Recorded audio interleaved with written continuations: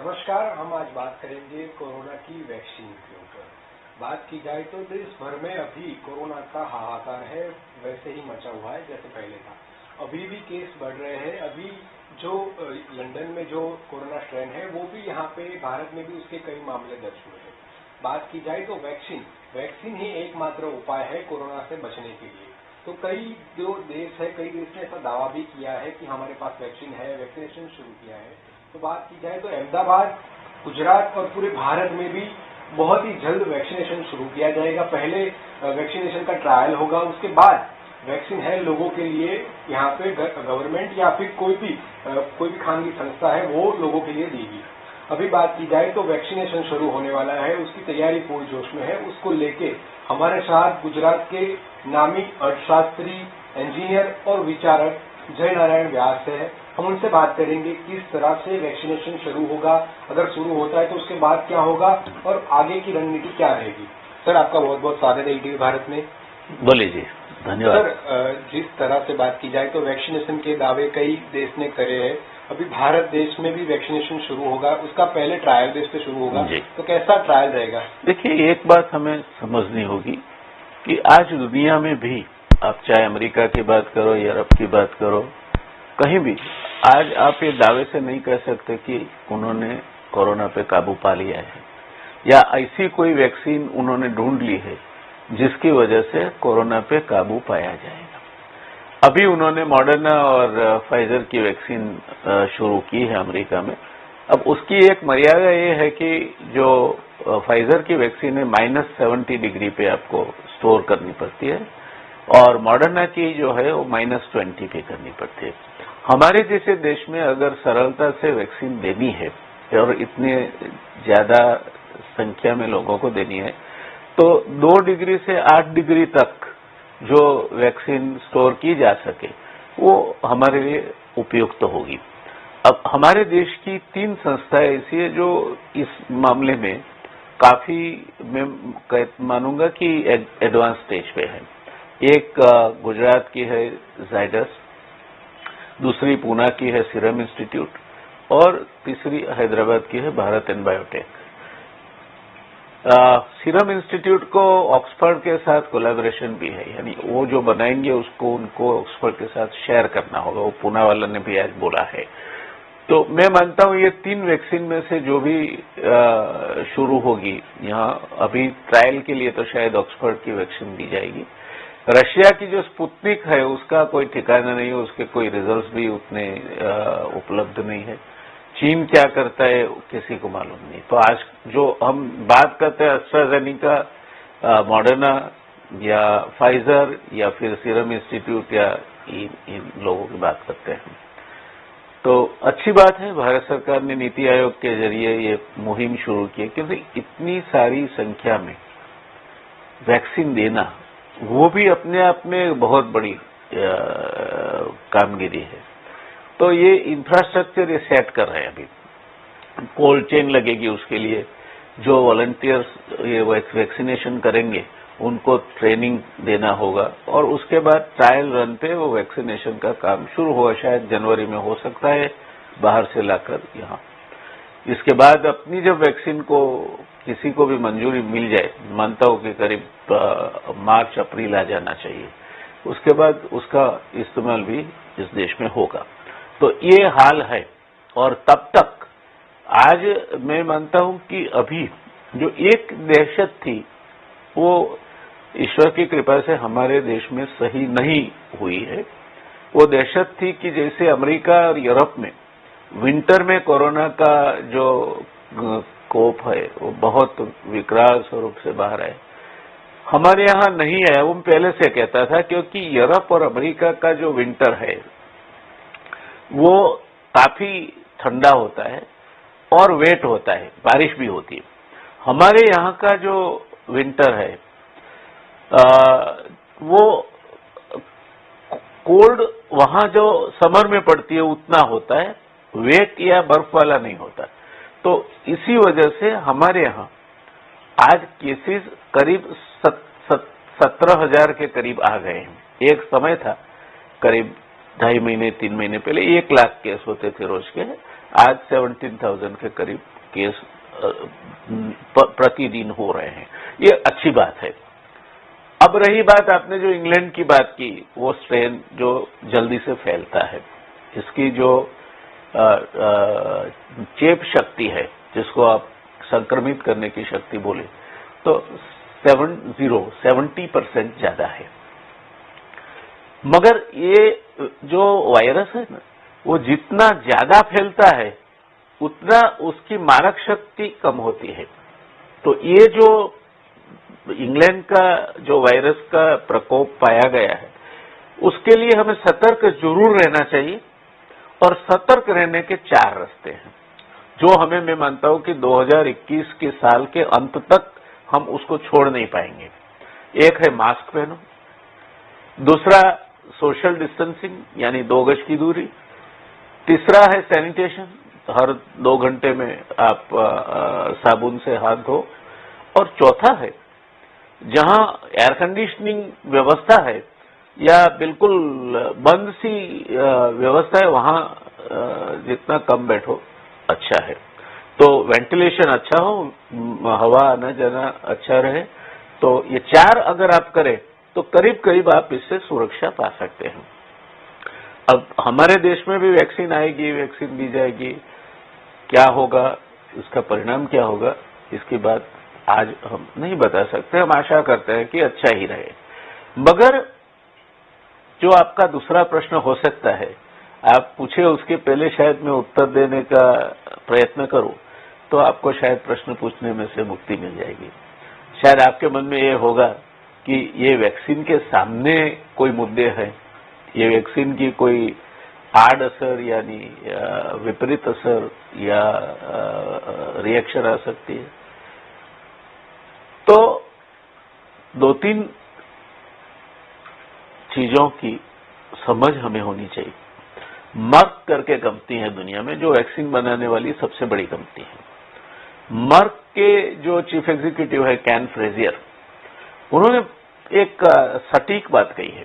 उन्होंने कहा है कि मम्प्स यानी हम जिसको गुजराती में गाल पचोलिया बोलते हैं, गाल फूल जाते हैं, उसकी वैक्सीन को ढूंढते हुए 4.5 साल लगे थे। अभी उन्होंने इबोला का वैक्सीन यूरोप में दाखिल किया है, जिसको करीब 5 साल लगे हैं। चिकन पॉक्स, उसकी वैक्सीन को 29 साल लगे थे। ट्यूबरक्लोसिस की वैक्सीन को 15 साल लगे थे। यानी वैक्सीन डेवलप करना ये उतना आसान नहीं है, काफी समय लेता है। तो अगर हम ये बात माने भी कि सब प्रोटोकॉल और प्लेटफॉर्म्स ठीक से किए गए हैं और किए गए होंगे, क्योंकि जब किसी भी कंपनी फाइजर जैसी या मॉडर्ना जैसी, एस्ट्राजेनेका जैसी या इवन सीरम इंस्टीट्यूट जैसी जब अपनी वैक्सीन बनाती है, उसके साथ उसका खुद का नाम जुड़ता है, तो वो पर्याप्त इसके लिए जो भी उपाय करने होते करेंगे। मगर एक बात तो आपको माननी होगी कि इसकी आगे चल के लंबे अरसे पे क्या आड़ असर होती है। आप देते हो वैक्सीन, तब तो शायद वो भाग सूज सकता है, लाल हो सकता है, शायद आपको 1-2 दिन के लिए टेम्परेचर भी आ सकता है। ये नॉर्मल है, इसकी मैं ज्यादा चिंता नहीं करता। मगर आगे चल के इसकी क्या असर होगी, वो जब तक आप लंबे अरसे तक इसका टेस्टिंग नहीं करते, तब तक आपको मालूम नहीं होगा।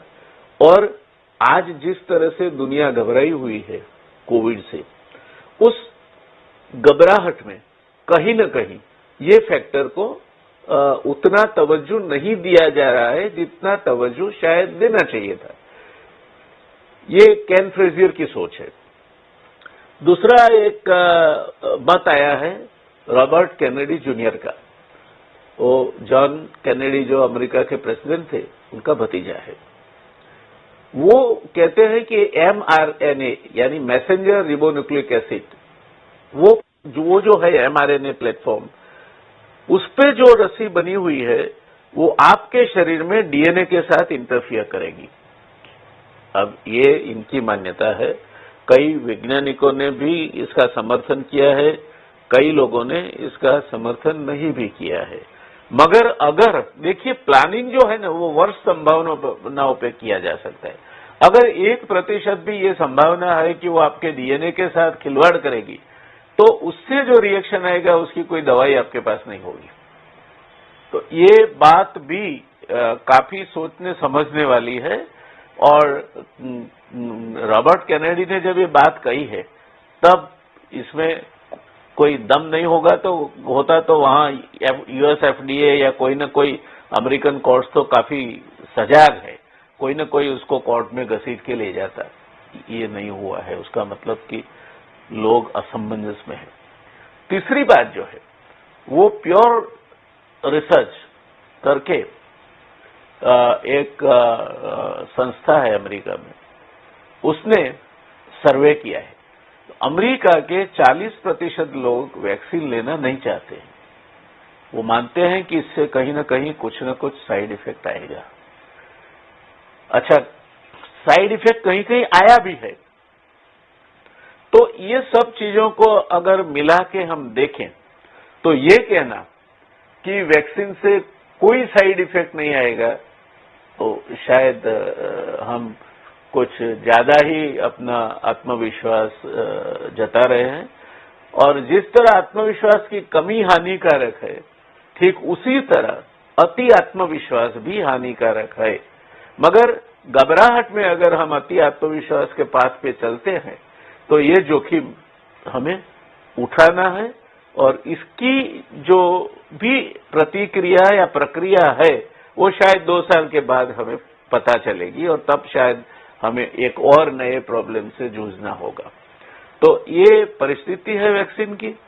जहां तक सामान्य इंसान का सवाल है, मैं मानता हूं कि इस देश में तो सरकार वैक्सीन दे रही है तो हमें इसके लिए कोई चिंता करने की जरूरत नहीं है। हाँ, प्रायोरिटीज है। पहले आरोग्य कर्मी जो हैं जिनको इनसे एक्सपोज होते हैं, वैसे देखें तो आप कोरोना की घातकता महज 2% है। मगर मेडिकल पैरामेडिकल जिनको ये हुआ वो उसमें घातकता 8-8.5% है। तो इनको सबसे पहले सुरक्षित करना चाहिए और सरकार वो कर रही है, वो सही बात है। उसके बाद सीनियर सिटीजन्स आएंगे जिनकी इम्यूनिटी कॉम्प्रोमाइज हुई है, या तो वो लोग आएंगे जिनको लंबे अरसे से स्टेरॉइड दे रहे हैं, बीमारी से बाहर निकल रहे हैं और ये सब वजह से जिनकी जो रोग प्रतिरोधक शक्ति है वो कहीं ना कहीं कॉम्प्रोमाइज हुई है, तो उनका नंबर आएगा। तो ये प्राथमिकताएं का सर्वे ठीक समय में सरकार ने शुरू किया है और चल रहा है। तो मैं मानता हूं कि ये भी जो सरकार ये रास्ते पे चल रही है सही कदम है। और तीसरा, इसको एडमिनिस्टर करने के लिए नीति आयोग की मार्गदर्शन में सब राज्यों में व्यवस्थाएं कोल्ड चेन से लेकर एडमिनिस्ट्रेशन रसीद देने तक की व्यवस्थाएं मुकर्रर की जा रही है। वो भी सही बात है, ठीक बात है। सर, लोगों को विश्वास कैसे दिलाया जा सकता है वैक्सीन लेने के लिए? अगर वैक्सीन आती है, वैक्सीन को अप्रूवल मिल जाता है, फिर भी लोगों में एक डर तो बना रहेगा कि वैक्सीन की कोई साइड इफेक्ट होगी, तो लोगों को विश्वास कैसे दिलाया जा सकता है? देखिए, आप एक बात समझ लीजिए, कई दवाओं को अप्रूवल मिली हुई है, मगर अगर मुझे एलर्जी है तो वही दवा जो आपके लिए ठीक है मेरे शरीर में रिएक्शन पैदा करेगी। तो ये कहना कि इसमें कुछ नहीं होगा, मैं मानता हूं कि कुछ ज्यादती है। ये कहना सही होगा कि सब जितनी हो सके उतनी प्रिकॉशन हमारे एफडीए ने या सरकार ने ली है, तो घबराना नहीं चाहिए। मगर ये कहना कि किसी को कुछ नहीं होगा, मैं मानता हूं कि गलत होगा। तो हो सकता है कुछ किस्सों में रिएक्शन आए। और मैंने जैसे कहा, केन फ्रेजियर की जो शंका है या रॉबर्ट कैनेडी की जो शंका है, वो 1% भी अगर सही निकलती है तो वो 1% भी हम नजरअंदाज नहीं कर सकते। 1% यानी 140 करोड़ का आप 1% करो तो 1.4 करोड़ होता है, समझे आप? तो ये कोई भी किसी भी मटेरियल जो है, फॉरेन मैटर है, वो जब आप अपने शरीर में डालते हैं तो शरीर की उसके साथ क्या प्रतिक्रिया होगी, वो आप सबके लिए एक तरह की प्रतिक्रिया होगी, ये बात नहीं कह सकते। किसी को सल्फा की एलर्जी होती है, किसी को मधुमक्खी की एलर्जी होती है, किसी को पोलन की एलर्जी होती है।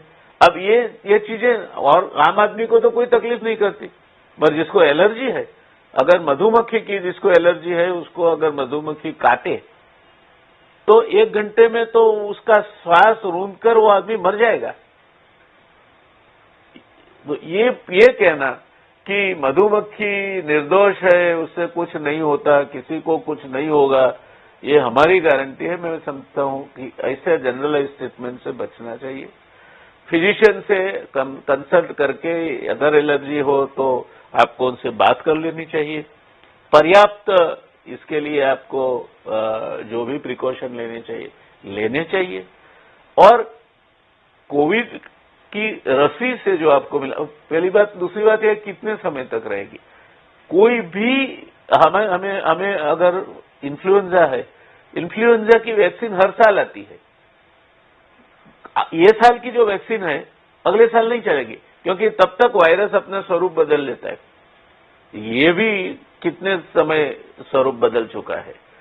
तो ये वायरस कब स्वरूप बदलेगा, ये वैक्सीन कितने समय तक असरकारक रहेगी, 6 महीना भी रह सकती है, 1 साल भी रह सकती है, और ज्यादा भी रह सकती है। असरकारकता के बारे में, ये म्यूटेट किस तरह से होता है, कितना इसका ताकत है, उसके ऊपर आधारित है। तो ये मान के चलो कि 2021 का साल जो है वो तो हमें मास्क और सैनिटेशन और डिस्टेंसिंग क्राइटेरिया के साथ ही गुजारना है।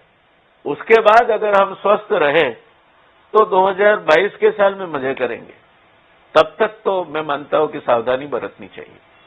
सर, बात की जाए तो एक बार किसी आदमी को वैक्सीन लगाते हैं, हाँ। उसके बाद उसको अगर फिर से कोरोना हुआ, हाँ। तो कोरोना से संक्रमित हुआ, तो फिर से वही वैक्सीन का उपयोग कर सकते हैं? देखिए, पहली बात, कोरोना एक दफा जिसको हो गया है उसको अक्सर दूसरी बार नहीं होता।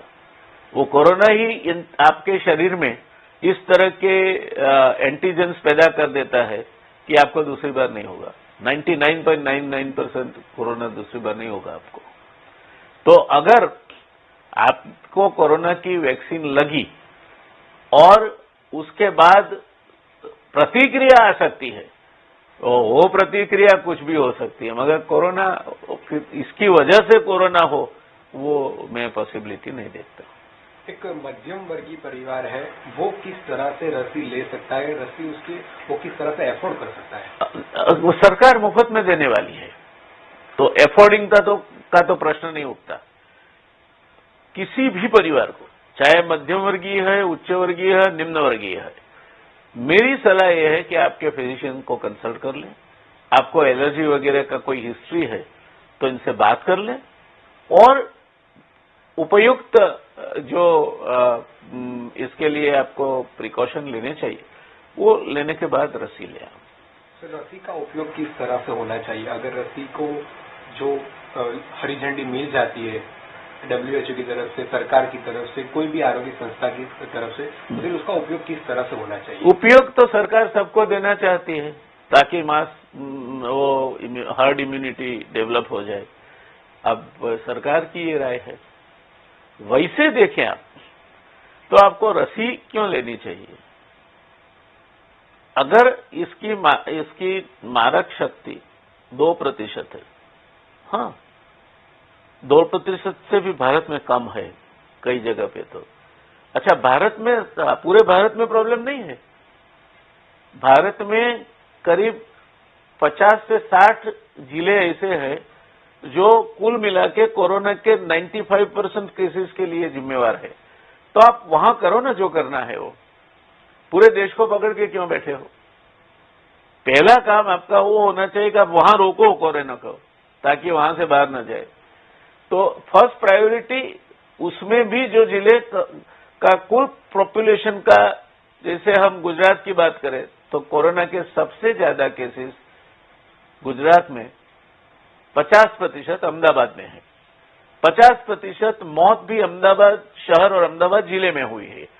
तो गुजरात का जहां तक बात है, आप अहमदाबाद जिले को सिक्योर नहीं कर लेते, तब तक आपको और चिंता क्यों करनी है? उसके बाद आप सूरत जाओ, उसके बाद बड़ौदा को सिक्योर करो, राजकोट को सिक्योर करो, करीब करीब आपने 90% गुजरात सिक्योर कर लिया होगा। तो ये जो मेथोडोलॉजी है, उसके बारे में मानता हूं कि अभी भी काफी संशोधन के लिए अवकाश है। सरकार को इसमें जैसे बोलते हैं ना, smart cities, smartphone, smart handling करना चाहिए। अगर सर वैक्सीन सबको लग जाती है, जी। वैक्सीन पूरे भारत में आ जाती है, पूरी तरह से लोग स्वस्थ हो जाते, फिर हमको कोरोना से सावधानी रखनी चाहिए या नहीं रखनी चाहिए? देखिए, फ्लू होता है ना हर साल, वैक्सीन लेने के बाद भी, तो कोरोना नहीं हो। कोई भी वैक्सीन, कोई भी वायरस जब एक बार आपको हुआ, आपके शरीर में उसका रेसिड्यू रहता ही है। तो ये कहना कि भारत में फिर कोरोना चला जाएगा, स्वाइन फ्लू चला गया है, नहीं चला गया है, तो कोरोना चला जाएगा एक बार वैक्सीन लेने से, मैं नहीं मानता। कोरोना हो सकता है जितने जैसे आगे बढ़ता जाए, उसका जोर कम होते होते वो कॉमन फ्लू जैसा हो जाएगा, जो ब्रिटेन में हुआ है मेरे ख्याल से। आप जब ज्यादा किसी को संक्रमित होते हैं ना, हमारे घर में किसी को कोल्ड होती है, कॉमन कोल्ड, तो सबको हो जाती है, मगर उससे कोई मरता नहीं है, समझे आप? क्यों होती है? तो वायरस जल्दी से फैलता है, तो जल्दी से फैलता है, मगर वो वायरस वीक है। तो एक सोच वैज्ञानिकों की ये है, निष्णातों की ये है कि जितना वायरस वीक है उतना जल्दी फैलता है। तो अगर 70% ज्यादा संक्रमित करता है, तो उसका मतलब यह है कि उसकी मारक शक्ति कम है। चिंता मत करो, मास्क पहनो, सैनिटेशन रखो, सोशल डिस्टेंसिंग रखो, और बंद जगह है या ज्यादा लोग इकट्ठे होते हैं वहां जाने का टालो, तो आप रसी जितने ही सुरक्षित हो। सर, एक आखिरी सवाल, अगर वैक्सीन आ जाती है, वो सफल रहती है, तो उसके बाद कितने सालों तक, कितने समय तक हमको किस तरह की सावधानी रखनी चाहिए? देखिए, कितने सालों तक का तो कोई प्रश्न ही नहीं उठता, हमें अनुभव नहीं है। जैसे आज भी सार्स या स्वाइन फ्लू हो रहा है, चला नहीं, तो फिर से भी घूमता फिरता ये वायरस आ सकता है। तो हमें एक दफा ये जो इतनी इसकी तीव्रता है, जो इतने ज्यादा लोगों को संक्रमित करता है, उससे हम मुक्त हो जाए, तो शायद फिर उसका स्ट्रेन भी तब तक वीक हो जाएगा। तो कुछ कॉन्फिडेंस के साथ हम जी सकते हैं। तो बिल्कुल से आपका धन्यवाद हमारे के लिए।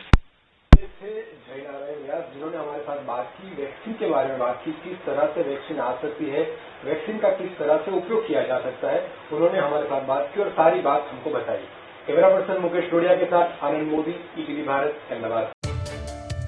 સતત 24 કલાક સમાચાર જોવા માટે ડાઉનલોડ કરો ઈટીવી ભારત એપ।